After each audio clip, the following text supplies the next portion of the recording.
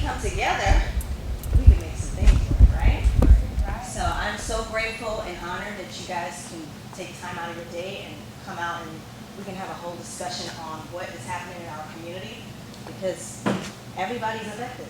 And I think if we put our 2 cents in and being able to provide resources, the resources are out there, but sometimes people don't know how to get to the resources. So that's why we're all here, and we can give a little direction as to how we can impact our community. And we have some powerful people at this table right about now. So I'm Naima, by the way, here with the Zassi Collection Creative Center, and we are here to empower. I want to do once a month an empowerment seminar that can help and uplift our community. We also do creative classes here, but my main thing is ensure we can uplift our community. So welcome, and thank you guys for coming out. Let's introduce yourself. Let's tell us what we can do. Good afternoon, folks. My name is Frank Ariola. Like the mayor said, first of all, thank you for having me here, along with the distinguished guests. I'm a retired Master Sergeant from the military. I spent over 20 years in the military. Myself, this is my wife right here to the right, to my right. We have been in the state of Georgia for almost 10 years. Instead of moving back to Texas, we decided to make Georgia our retirement home. Just to give you a little bit of background on me, shortly after retiring, I took a job teaching ROTC down at Kennesaw State University. Shortly after that, I also did work at the VA, Veteran Department Affairs. Then the best job that I've had so far is the one that I currently have, and I work as an armed security officer at the hospital down the street, Wellstar Hospital. So we work very, hand in hand with Spalding Sheriffs and also the City of Griffith Police Department. Firsthand, I see a lot of the overdose drug patients that come in. So I see that hand in hand. So I just want to be part of this conversation, and hopefully it's not the last one of this type of conversation that we can have. Hi, I'm Dr. Gabrielle Williams of Gateway Direct Health. I'm a primary care doctor, so I am kind of in the front line of patients who are struggling with substance abuse, mental health issues. And so I'm able to provide my expertise today and hope that everyone will be able to empower our community. What up, though? Hey, y'all, hey. I am Belinda Ward Divine. I'm a licensed professional counselor. I have been serving the Griffin, Spalding area, and Henry County area since 2008.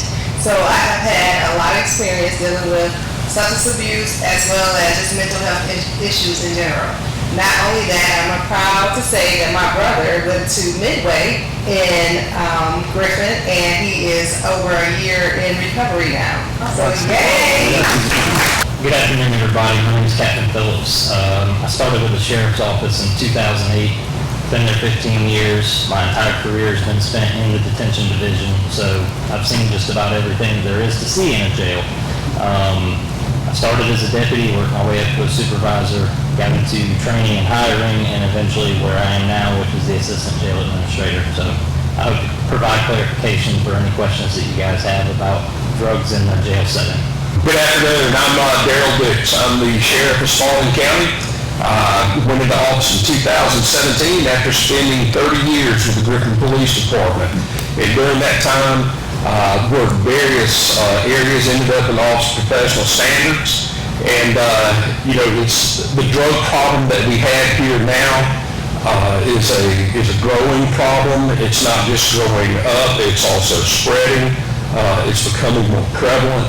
And just as an example of that, 10 years ago, if you told me that we would have to have doses of Narcan in our cars to administer to people who had overdosed, I would have told you that you were crazy. There's no way. But now every one of our cars and the majority of law enforcement cars, fire trucks, and of course ambulances now in this county and across the state have to carry doses of Narcan, and we had multiple saves from using Narcan. There was a time when people who were addicted, whether it was addicted to alcohol, whether it was addicted to some type of a prescription drug or an illicit drug, and they almost looked at them as disposable people. because they made those choices. And I think we've seen a change now, and we know that those people are really people. They have families, they have mothers, they have fathers, they have children, they have grandparents, and nobody is disposable. None of those people are disposable people. And we need to reach out and do as much as we can for them and save as many of those people as we can so they can live their lives, be productive, hopefully turn themselves around. Thank you, Sheriff. My name's Doug Holberg. I'm the mayor for the city of Griffin. I've been elected official for 20 years. Think back about the good old days. I played basketball with Daryl back when we were youth. And the mantra of the time was Nancy Reagan's "Just Say No." And so whether I was fearful of Nancy Reagan coming to see me or whether I was fearful of Dad bringing the old leather belt out and wearing my tail out, my entire life have never used drugs other than alcohol. And so I think that we as a community have to come together, not only as a community, as a nation, to better understand, and I'm not an expert, so I am here to try to get a better understanding of the situation. But just to put in the reality, we spend in the city of Griffin $13 million a year on the Griffin Police Department. We only bring in $4.5 million a year in property tax, yet everybody screams our property tax is too high. The sheriff department, between your budget, just between the jail and for your administration, is close to $20 million. So you think that our community spends over $30 million a year, and a lot of that is related to substance abuse. And so we as a community have to continue to work on this issue. We got too many funerals, whether you're low economic class or whether you're high income. I know one of our family friends whose son was an Eagle Scout ended up overdosed and died. And so there's just too much tragedy, and so we've got to keep working together. So thank you for the opportunity to be here and be a part of this. Thank you. And of course, you're always at the Green Room. Thank you, Doug. My name is Jennifer Hughes, and I work for the Vine Addiction and Recovery Support Center, and it is with my heart that I deal with people every day who are in the recovery process of their addiction. I myself am a person in long-term recovery. I've been in recovery for 5 years now on a 14-year meth addiction, and I've been in and out of the jail systems. I've been everywhere you could think of. But now I'm helping people, and what we do is we work hand in hand with them to meet them where they are, and basically we give them where that we fill that gap where when they come in and they don't know where to go next, we can help bridge that gap and point them in the right direction and work with them where they need help at. So thank you. Afternoon, I'm Don Dunlap with Our World School, helping students with special needs achieve academic, social, and life success. I'm up in McDonough, Georgia. I see some of the ramifications of substance abuse in some of our students. Before I took this position, I was the business teacher for the alternative school in Henry County, Georgia for 18 years and saw a lot of tragedy in my customer base. I kept up with a lot of my students and see them praise the Lord, celebrating recovery, and able to rejoice with them that they've made that decision and they're able to do that. And sometimes relapse and give them the support so that they can continue on. During that time, I also was served on several different boards of directors, one of which was chairing the Shining Light Ministries Board of Directors, which ran a residential recovery home for ladies that were recovering from substance abuse. And it was a year-long program. And seeing some of those stories, both the positive and the challenges, is one of the reasons I was pleased that you were able to invite me. Thank you. So as you know, drugs don't always start with just somebody just taking drugs. It can start with not taking care of your body and falling prey to a medical drug. So how we take care of our system, and we can not only take care of our system, we can probably end up in a car accident. And we're given strong drugs. I was just in the hospital for the last couple of days, well, not a couple of days, but I've been in the hospital and they gave me morphine. They wanted to give me morphine for my pain. And I told them no. I don't want morphine. To give me something a little bit lighter than morphine. But the doctors, the hospitals, they're giving those powerful drugs, and we gotta learn how to take our natural, because food is our medicine, right? So we gotta learn how to take care of our bodies to where we can nurse ourselves. God gave us this body that it knows how to recover itself, so great. But we gotta learn how to take care of ourselves. And Dr. Gabby here, she's opening up her practice. You have your practice open already. And she teaches you how to take care of your system, teaches you how to do things naturally and how we can better help our systems to function the proper way instead of just relying on medication. We also have mental health. Sometimes we fall prey to mental challenges and we get addicted to mental drugs. So that's another thing. It's not just some person that just says, hey, I'm gonna try drugs and that's the end of it. Fentanyl is running the streets and it's taking a second to knock these kids out. They're knocking out kids. So guys, you see everything on the streets. You see everything on the street. So I don't know the new drugs. In the 90s, there was always a commercial that says, hey, if you use drugs, this is what will happen to you. We don't have commercials that's presenting to the kids and letting them know, hey, this is what you got to be careful of. I was watching the news yesterday and they had fentanyl in a daycare, and it's on the kids' clothing. So how do we protect ourselves? The kids are being exposed to it. We're being exposed to it in the hospitals. How do we protect ourselves? Don, I have you here because babies are born with drugs in their system. So thank God you guys have schools that can help these kids function in real life. I've been to Don's school. He teaches them how to make a bed, and he teaches them everything on how to take care of themselves. So, like I said, we are all impacted on this drug crisis. I want to get into the jails because you guys see them in revolving doors. What do we do? How do we get them to stay out of the streets, get healthy, clean, and not keep coming back to the revolving doors? Actually, you want to do a microphone?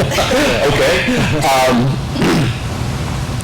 Going back to what Mayor Holberg said, back in the 80s, even the early 90s, the whole mantra, like you said, was just say no to drugs. But on the alternate side of that, if you're saying no to drugs, we got to give these folks something to say yes to.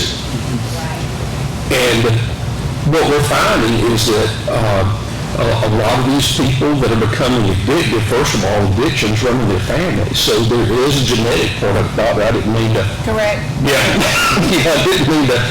But it does have a lot to do with the type of personality you have. It has a lot to do with the genetics that you have. We do programs at the jail where we try to educate people. We've started a new program out there now. We have had one of our first graduates from it that came back the other day. In general, in our jail, we don't have inmates there long enough for them to get their GED, but we have started a program that tries to teach them some life skills and some basic stuff, because a lot of it has to do also with a lack of education, a lack of information. You have grown people that come through that jail, and when I say grown people, I'm not talking, I'm talking people that are in their 20s, 30s, and 40s, who are still at this point in their lives functionally illiterate. So they're not able to get the information unless they hear it word of mouth. They don't hang around with the people who are going to give them the good information. And a lot of their families that they get information from are also addicted because of the past. So it is a cycle that continues to happen.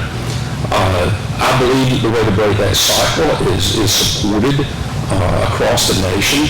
A lot of it is training and knowledge and education, but I think we've got to also realize that the problem that's attached to it is not just a problem that can be attacked one-dimensional. I think it has to be attacked in a 360-degree answer to the problem. It has to be not just law enforcement, it has to be teaching from an early age the consequences across the board.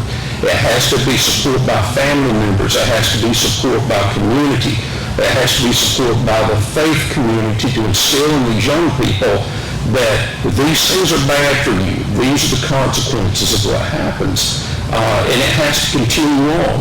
All the way up through school, they have to have that constant support and reinforcement to take that 360-degree answer to the problem. It's not one-dimensional.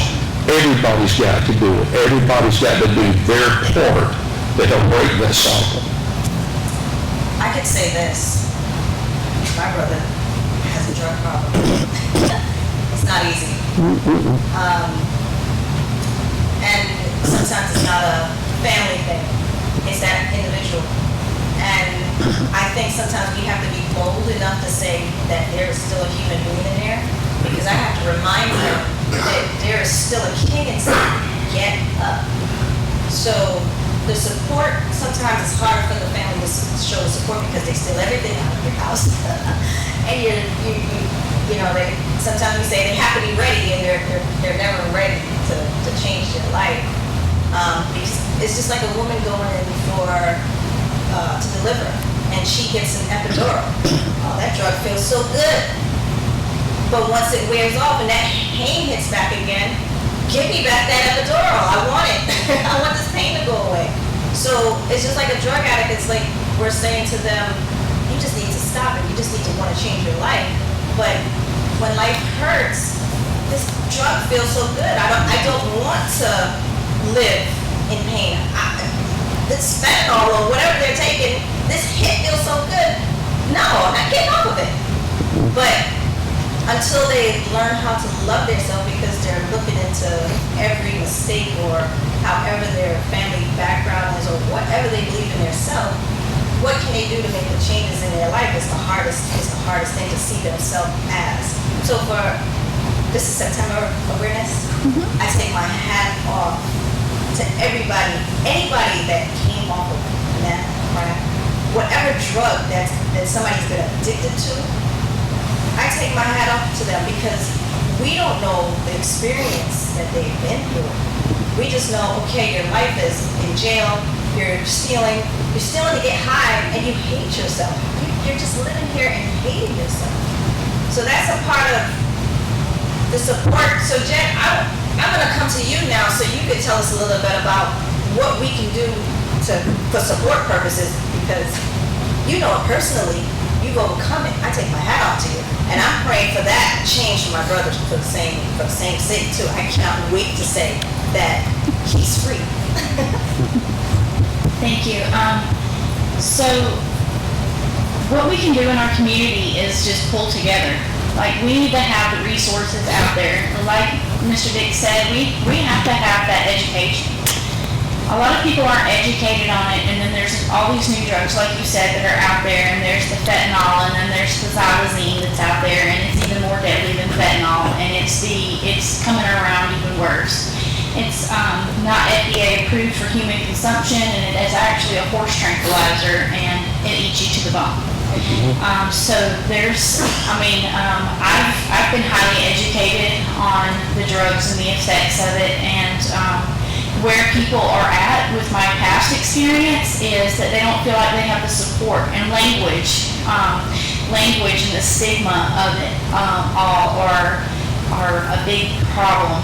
So when you go around and you're calling somebody an addict this and addict that, well, they're still just a person, so humanize them.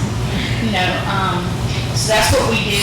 We humanize them. We let them know that they're still humans, that they are, they're supposed to have love. They're supposed to have somebody that's out there that's going to support them. We know that they've been through a hard time, and that's what we want to know. Where do we start with you?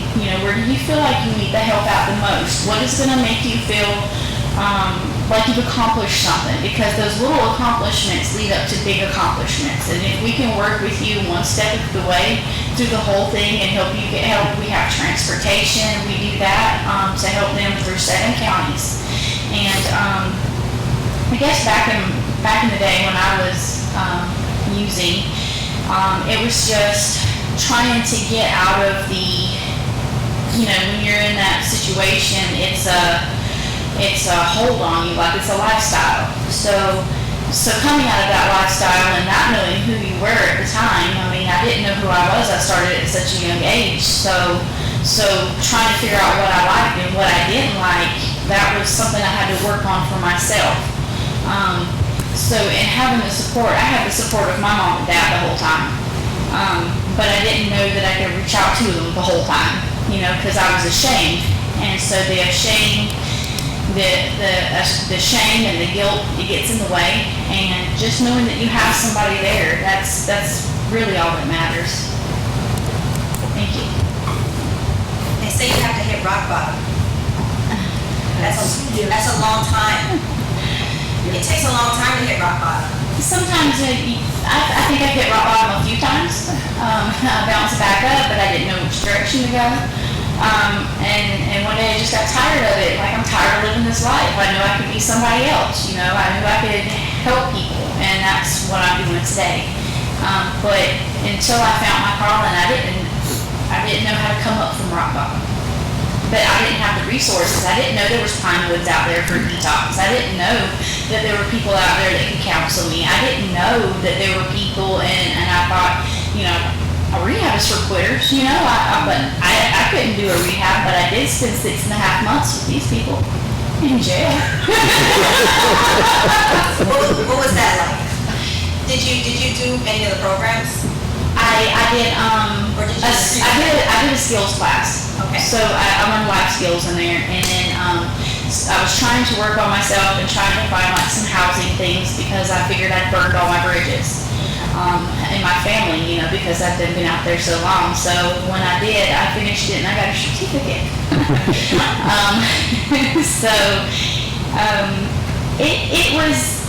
It was time for me to think. It was time for me to think about myself and how I was going to move on with life and not get back in those same situations. And like the NA and AA, you have to change your people, places, and things. And I wholeheartedly believe that.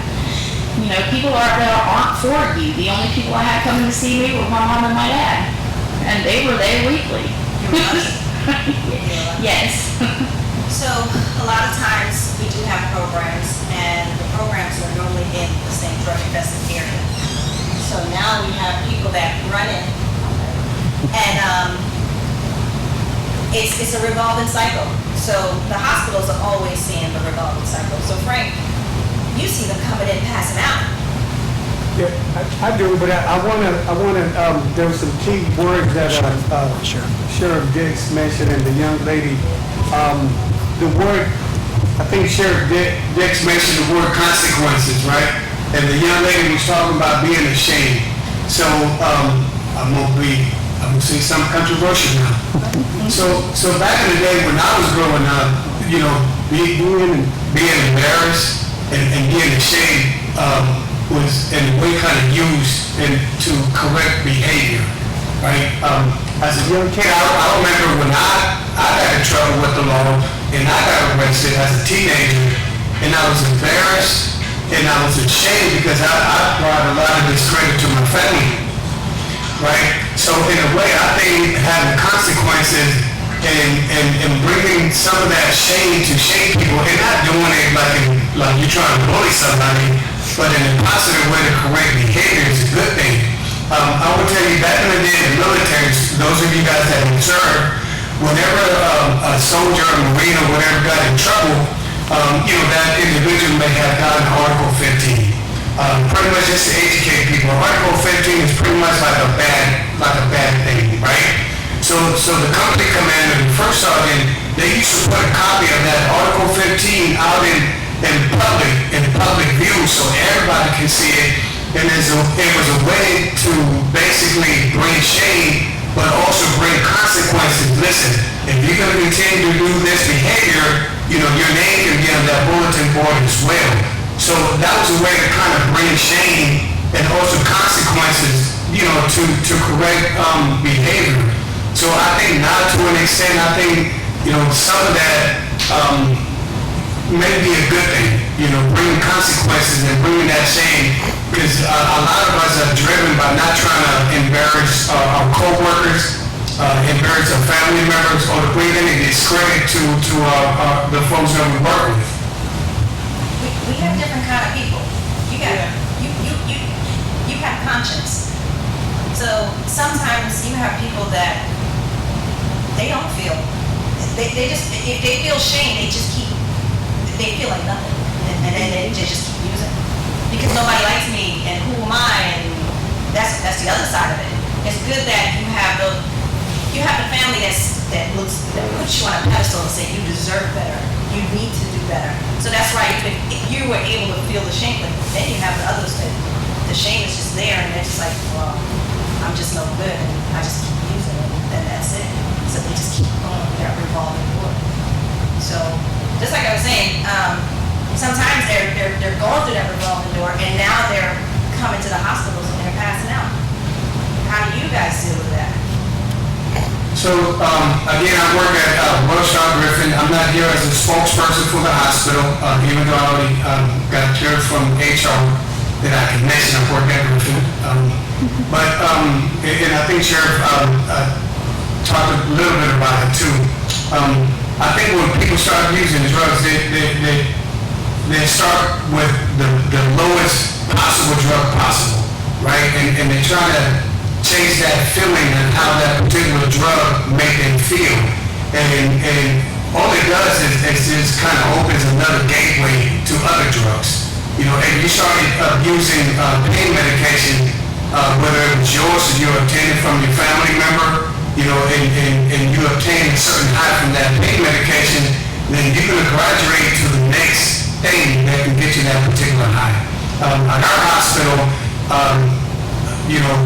we got a lot of great folks working at that hospital, but it's basically they just put a Band-Aid on that particular situation, and the person gets discharged, and knowing that within a day or two, that same individual will be back in the hospital. We know that it's a revolving door, and we see how the officers work so hard to try to get them off the street, clear them up. We also know that these people have a problem. Do we need stricter rules on, we say that they have to want it, but can a person really know that they want it? And they break into people's homes and they destroy it just because they're running for the high? Do we need stricter rules for drug users? And should I say stricter rules? Do we need different formats on how we handle the drug situation? So my background is housing, and so my challenge in the 2000 to 2008 period was metal theft. And we were having homes and HVAC systems destroyed for a piece of copper that was 20 cents or 50 cents and doing thousands of dollars of damage. And so you were having churches that were destroyed and vacant buildings were destroyed. And so the consequences there is that it was costing me as a property owner tens of thousands of dollars a year out of pocket because you couldn't just turn these into insurance claims. And people would say, well, those folks they just need help. So, well, if they needed help, if they need to feed their family, or if they need to get their high, there's, churches and other people should step up to find that space instead of leaving it to just going to the scrap yards and things and selling their money. In the faith-based community, and Sheriff hit it right there's so many things that the faith-based community has got to step up and take ownership of.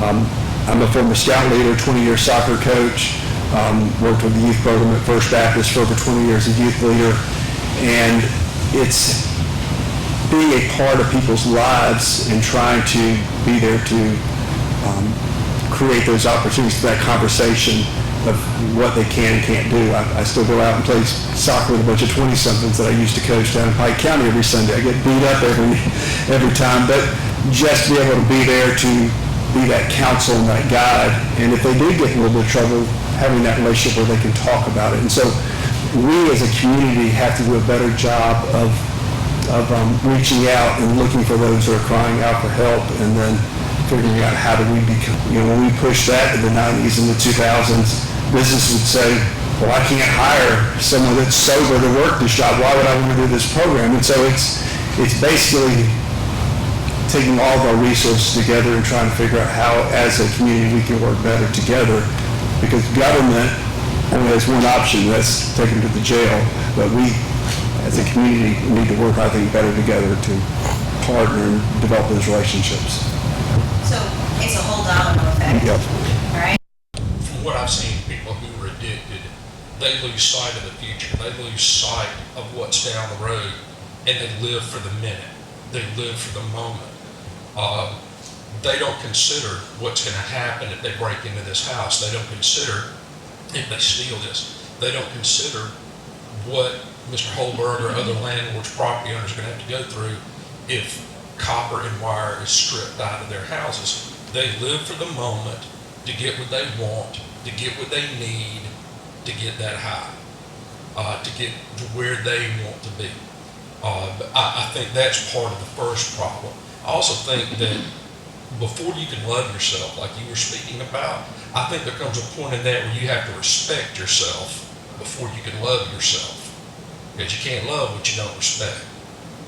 So I think that's a big part of it as well. And addiction, from what I've seen, again, not an expert here, but if you think about this, the way it can start, a simple way it can start. You're in a car wreck, like you were talking about, you have something happen to you, you get a prescription pain medication, you take that prescription pain medication to help get you through that process. You have that bottle left in your medicine cabinet because you didn't take all of it up. Well, one of these days you come up and you're having trouble sleeping, so you think, okay, I'm going to take one of those and it'll help me sleep. But now what I'm going to do is, instead of taking what I'm supposed to take, I'm going to take an extra one.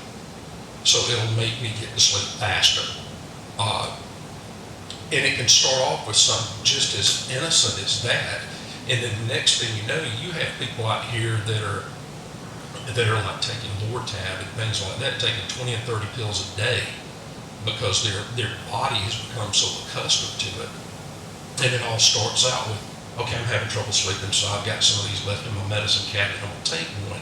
And I don't think that they realize the consequence of just that little slip and trying to do self-medication that way.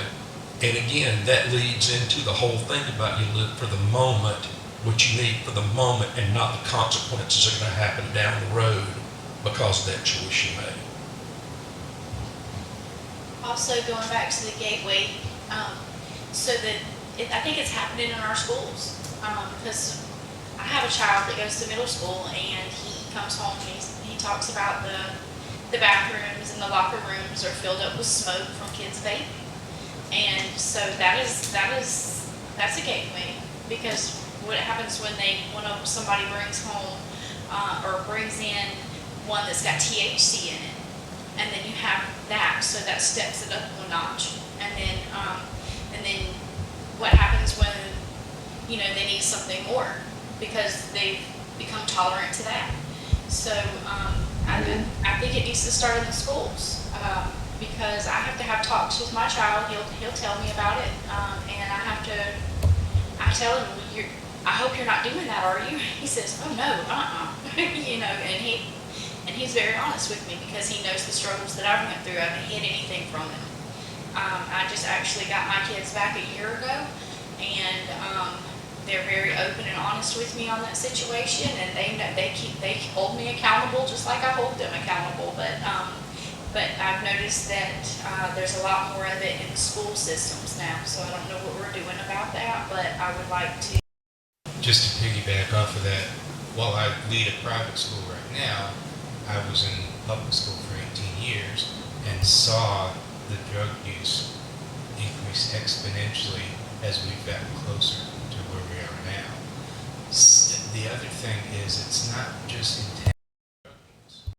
Seeing, I don't know why they would think this is fun, but seeing people give a gummy to somebody and have them take it and having to call 911 and have EMTs there to keep that kid alive, it's awful to see.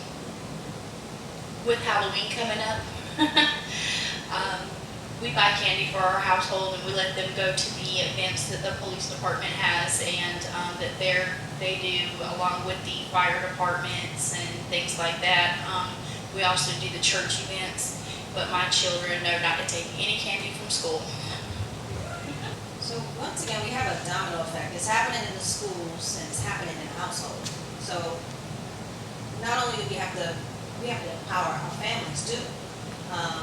There's a lot of nonprofit groups that's trying to help families, but just like us having this roundtable discussion, we probably need to have some more roundtable discussion with our families, because an empowered family,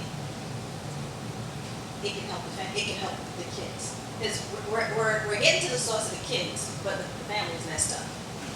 So while we're in the schools, how do we get to the families, the parents, without them being offended? Glendora, you handle mental health, families. Let's touch on that.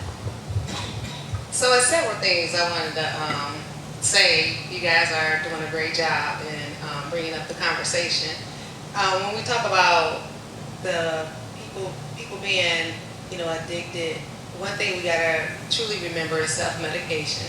So I also deal a lot with the military. So the people that are just coming home from the military. And one thing they have to understand is that they're not the same from what they have seen and what they have experienced. And a lot of times they do self-medicate with the alcohol as well as drugs. The other thing is, when I spoke on my brother earlier, it was his gateway that led him into addiction was not only our mother was addicted, and so we had a high risk period because of our mom, but when our father passed, his grief led him into addiction. His loss of our father. And he called me one day and just said, "Well, I just can't do it no more." And I just didn't understand, like, we can't do what? He had been working on his job for 20 years. It's like, I'm not going back. We don't do that. And then to learn that he smoked marijuana, but he also was drinking 18 cases of beer 3 times a day. Yeah, he was really drinking. So it wasn't, it was the marijuana, but it really was the alcohol for him. Okay, and even when I think about, the families and what can we do, and we have these businesses, we have these organizations, the thing that I see that's missing is the reality of wellness programs that actually will call a therapist in and give out information related to how to heal, how to move forward, how to deal with life. And the reality that we have this big stigma on mental health means you're crazy. And the reality, we are walking around here just being crazy. Call it what you want, but that's what I call it, because we need to literally talk to a professional. And I always say, stop talking to your mama, your sister, your cousin, your friend, and find a professional. So when, Don, you have your school, you need to have a mental health wellness thing for your employees. Because people come to work and they don't talk about what's really going on at home. We put on the mask. Mayor, same thing. Sheriff, same thing. We're at Gateway, same thing. Yeah, we work there, we are helping people, but who come in to help us? And so, because then what I did is look at it as, I couldn't find enough resources out there. When he called me, I went straight into Superwoman mode, like, no, this is not finna happen. You're not going out like that. And the first place I had to send him to was, I think it was called Peachford somewhere. Then he had to stay there, then he can go to Midway. So, what I love about Henry County Water Authority is that they honestly have a wellness program for their employees. And not only that, I was able to go in there for 5 months and bring them different workshops on how to heal therapeutically. And not only that, that's why I created the event that I have that's called Laugh Out Loud Therapy, because it's a therapeutic workshop and a professional comedy show. The professional comedy show is just to make you laugh, but what you're going to really get the therapist is to highlight. because we're going to teach you what people come to our office and actually talk about. We're just bringing it to you. And then that was me just finding myself as trying to be innovative in how we look at mental health and trying to break the stigma, trying to find another way to get it. Because again, when it comes to insurance, a lot of them don't want to pay the insurance. They don't have insurance, or they can't afford the insurance, or the co-pays that come along with the insurance. Or the insurance is trying to tell us as a provider how many times we can see somebody and what we can see them for. So it comes with a lot of stipulations, a lot of issues, which also push people back where I'm not going to see a therapist. I'm not going to go see nobody. So we have to, within our businesses, within our government, within our community, we have to be innovative within ourselves to bring mental health into it. To actually say, okay, well, this is what I can do. This is what I do know what's going on. This is what I charge everybody to show up to. And then see what you can get. A lot of things that we do in the workshop, you actually get a workbook. And I encourage everybody to take the workbook back to your therapist and tell your therapist what you talked about, what you learned about there, and have another conversation. I encourage you when you leave there, a lot of couples come, a lot of older people come. A lot of girlfriends, a lot of single men, they come. So it's an adult crowd, right? And when I encourage you before you leave, think about not just going home, but y'all go get something to eat and just talk about between yourselves what just happened here, what you just learned here. You know, so when it comes to, and as a therapist too, I also have done interventions where people have came into my office, made an appointment for one person. And that time came and 8 people walked in the door. So that has happened more than one time. It just ain't on TV, okay? So, which was a beautiful thing because the person really, I had it happen 3 times. And 2 of the times, the person wasn't ready for it. He was like, why are y'all doing this? Why are we here? But the reality that they were there and I was qualified to actually talk to him and help him. Each time it led to them going to get treatment. It actually became a beautiful thing. So it was, the family didn't give up. They did play, let's do the intervention, and they found somebody, reached out to a therapist. But again, that cost a lot of money. Where that person had to go each time was not a dull penny. It was a very shiny pennies, okay? So, and we have to be ready to literally, and they was coming together to pay the payment. They came together to make the payment to make sure that they got there. But the reality of it is when they come out, it's still got to follow up with therapy. So a lot of times people go and get psychotropic drugs from doctors and then they think that's enough and they don't want to go to therapy. But you're supposed to go get your psychotropic drugs and encourage them to go to see a professional counselor as well. Our kids are starting off young. 10 years old, they're ready to commit suicide. So we gotta figure out what we're doing with the kids too. Because if at 10 years old, you're already ready to commit suicide, what's happening? Why are we starting so young? Why are the kids so unhappy? Because the parents are unhappy and the parents haven't dealt with past trauma. I think it's got to do something with the schools too, honestly. It's in the schools too. And I'm going to say that because I actually homeschooled my daughter from all the middle school. She went to elementary school, public school. But as a therapist, I was hearing too much about sex. So I said she can't go to middle school. So she didn't go to middle school. She went back to high school in 10th grade. And she has a breathing issue. So she came home and she's like, Mom, all these kids smoking weed at school. So it's there, the gummies are there. It's really a big problem in our schools. So if you do have a child, like Jennifer said, please talk to your child and tell your child I already know it's there. So you talk to me about it being there. Then that conversation needs to be had because it's the truth, it is there. And I do have children that I see right now in my caseload and they got it from school. And it starts in middle school. It starts in middle school.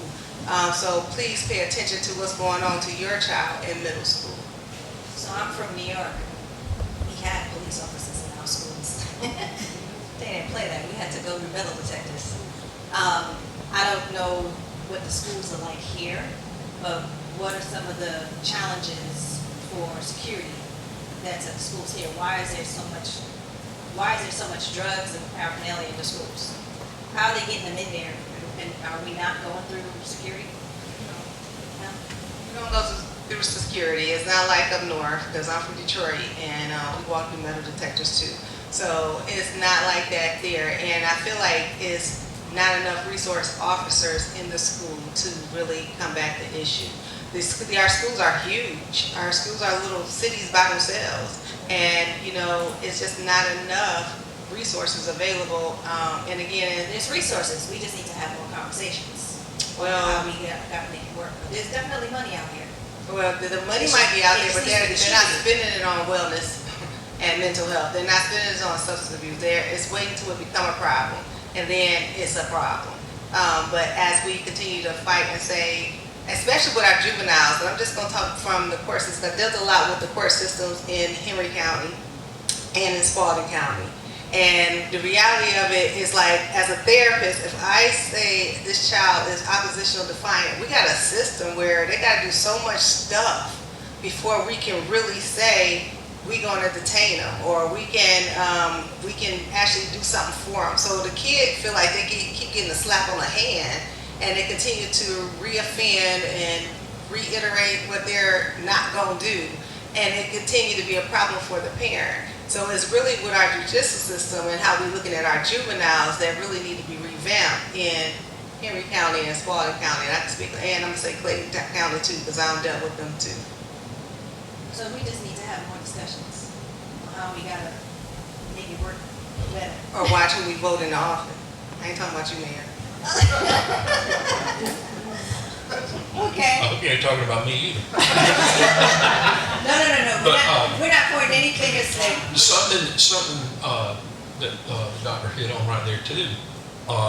If you're in the middle of a crisis, dealing with somebody who has a drug dependency or an alcohol addiction or something like that, whether it's in your family or whether it's in your job place, in the middle of a crisis is not the time to try to figure out what you need to do. There needs to be things that are set up ahead of time. An example that I'll give of that, I went into office of sheriff in 2017, January 2017. In September of 2017, we had an officer-involved shooting. So the officer who was involved in it was very young. If you think about him, you would kind of describe him as a nerd. The shirt was always untucked and off to one side. Hair was always messed up in the front. He liked Pokemon Go and Star Wars and stuff like that. He was just kind of a nerd. So the day after the shooting occurred, I called Human Resources and I said, hey, I need to get this officer into some counseling, and I need to get him to a psychologist for a fitness for duty set of examinations. And the response back to me was, well, if you look in the hallway of the sheriff's office, there's a pink piece of paper that has a 1-800 number on it that they can call for employee assistance. And I said, hold on a minute, we're talking about an officer-involved shooting here. We're not talking about, employee assistance, for the different things EAP does. We need somebody who specializes in dealing with people who have been in that crisis. And they said, we don't have anything like that. And my response was, okay, so you got a firefighter out here who answers a wreck call where a child has been killed in a wreck or a child drowns in a swimming pool. That takes a specific type of therapy to deal with those problems. And they said, well, we don't have anything like that.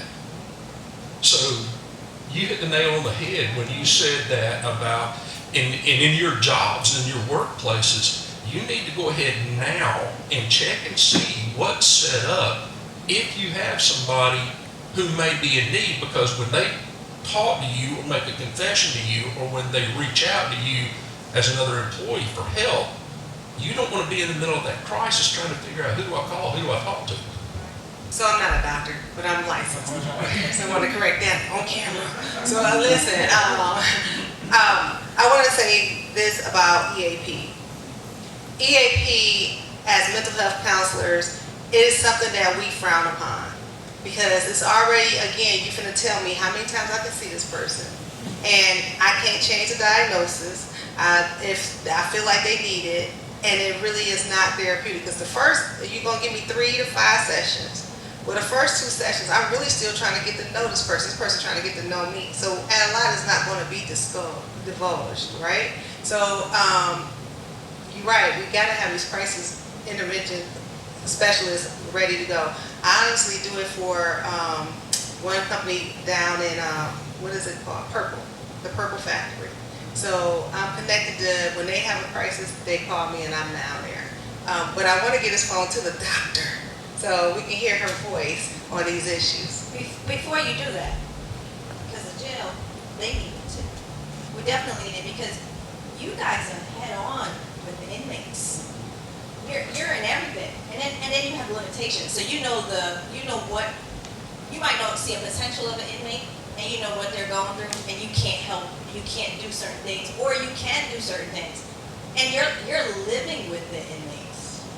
So the jail is definitely needed. It's like you're spending a lifetime sentence with the inmates that's been out here trying to fix their life in this revolving. It's like you're back again. So doctors, you see everything. Military, you see everything. All of you guys at this table, you guys see everything just the same way. So you're so right that, well, our mental health, if the days that we wake up every morning and we're in our right mind, that is a blessing. Because we all need that help right about now. Life is lifing. I can go through life and don't take a medication. I gotta feel the pain. I gotta take it on head on. So like I said, the person that's taking the drug is just easing the pain just a little bit. But we gotta have these conversations to say, even in the workforce, just, hey, check up on your employees. How you doing today? Because they gotta go back home to their kid. You're in the system. They're going back home to their kid, and they just dealt with this inmate that got on their nerves, and now my kid is getting on my nerves. So it's a whole battle. It's a whole cycle. And then the kids, and then now the kids are going to school. They're dealing with the bullies, and they don't know how to deal with what they're doing. I think sometimes parents are going through. They're not realizing that their kids are going through stuff too. Oh, you're a kid. You don't have life. What's going so bad in your life? But they're going through different experiences also. So, yeah. How are we doing in the hospital? Yes, I peeped your comment about how we are sometimes the first people to expose people to opioids, and unfortunately that's true. But it's multiple factors. One, when people come to the doctor or the hospital, they want to get fixed. And unfortunately, sometimes opioids are like the thing that is quickest to get them fixed, right? Like the symptom Band-Aid. And so, because alternatively, if we are not fixing that problem, then we get complaints, low satisfaction scores, insurance doesn't want to pay as well because patients are complaining, hey, this doctor didn't give me Percocet because my pain was so bad, or they didn't give me enough Percocet. Yes, so we get the other side of, these are requests that we're getting often. Are there red flags? Are there red flags for? When you see some of those patients that ask for that type of drug? Oh, yes, of course. So those who call them my name, unfortunately, if you're asking for fentanyl specifically, or Dilaudid, or Lortab, Vicodin, this is what helps my pain. I'm allergic to ibuprofen and Tylenol. Yeah. Because I was injected with morphine and a little drip went in my arm, and I turned to the person, I said, what the heck is that? Don't put any more inside of me. Yeah. So that's just one red flag, but yes, like he said, of people coming back more and more and asking for specifically that medicine, saying that this is the only thing that helps me. But when you're in the emergency room, you treat every case as an emergency, right? So you have to be ready to provide symptom relief when they come in, despite there being red flags. I appreciate, I think it was Mayor or Sheriff Dix that said, sometimes it's even I'm taking this pill just to help with my sleep. I'll keep it in case I need it for sleep or in case I have more pain. And that sometimes is the gateway into becoming addicted. Because you don't realize what you're doing is medicating a pain that is non-physical. It might feel physical, but like sometimes we are medicating for non-physical pain with opioids, and unfortunately that can be a vicious cycle, right? And so then we start, going down the path of abuse. But yeah, so in primary care, we're asking directly, any recreational drug use, marijuana, crack cocaine, and IV drugs, right? Because we know that not only is abuse detrimental, but the health effects like HIV, hepatitis C, heart failure, heart attack, death, right? We see the other side of those complications. A patient really high on cocaine, their heart rate is in the 150s and their heart goes out because it can't keep up with all of that kind of fight and flight system being elevated and significantly altered. And so as primary care doctors, we ask those questions up front to see what people are dealing with. And I agree with needing more resources, more dollars into mental health and dealing with pain before it becomes something that we need to medicate. And so, like we talked about family life, making sure the parents are okay. Again, if you're getting yelled at your job, and then you go home to kids who are demanding, which they have to be, they're kids. They don't have anything else to rely on. But then you have to come home to those demands. Now you're depleted for anything of yourself, right? There's no compassion, no patience, and you just want to get away. You just want to get away from that. And so sometimes that can be the entryway, like we talked about. And so definitely very important, if you do have depression, to let your doctor know. Please don't stay depressed by yourself, guys. Please don't stay depressed. If you're anxious, let your doctor know. Let people who are around you know, so that you can get help. And again, it's not because you're crazy. Shoot, we're all crazy. Like Lindor said, like we're all crazy, right? We're all dealing with some level of pain, physical, emotional, mental.